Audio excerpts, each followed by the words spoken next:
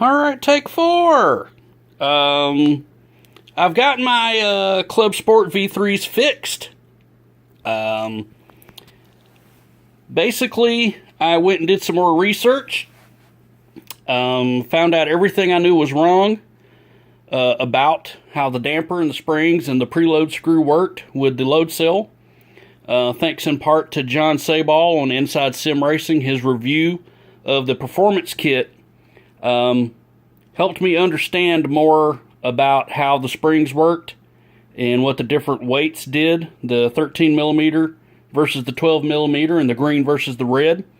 So right now I'm running with a 13 millimeter green and a 13 millimeter red.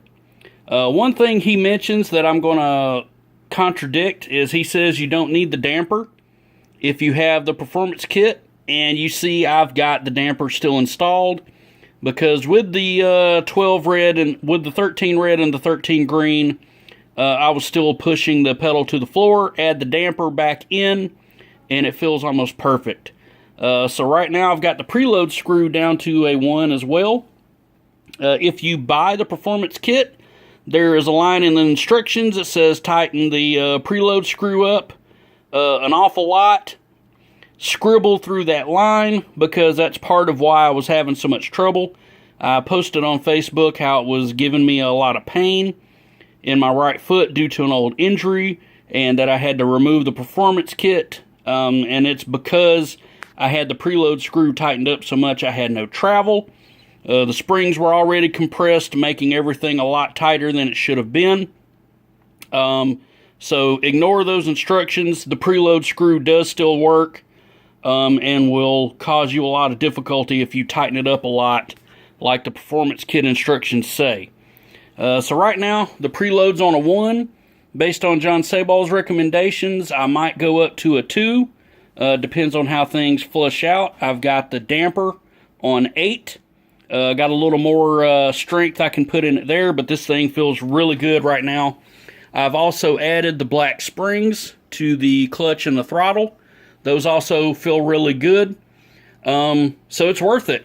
My earlier complaints from when I first bought the pedal set, I'm going to now apologize for, because that was my fault, not understanding how everything worked and how to change the resistance on the load cell through the driver.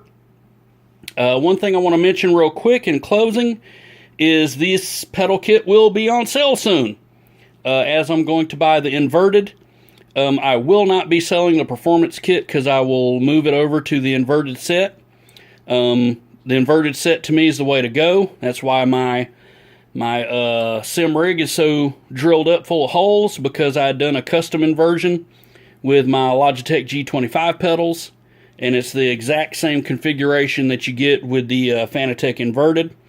I'm going to give someone a really good deal on this pedal set. It's only about 4 months old. Has only really been raced for about 2 of those 4 months. Of course, I have been unscrewing things and rescrewing things, so by no stretch of the imagination will I be trying to charge a like new price. It will come with the damper kit. So look up on Fanatec how much this pedal set would cost with the damper, new out of the box. I'll be giving someone a really good deal on that as I switch to the inverted. So there's the update. I hope to see all you guys on the track.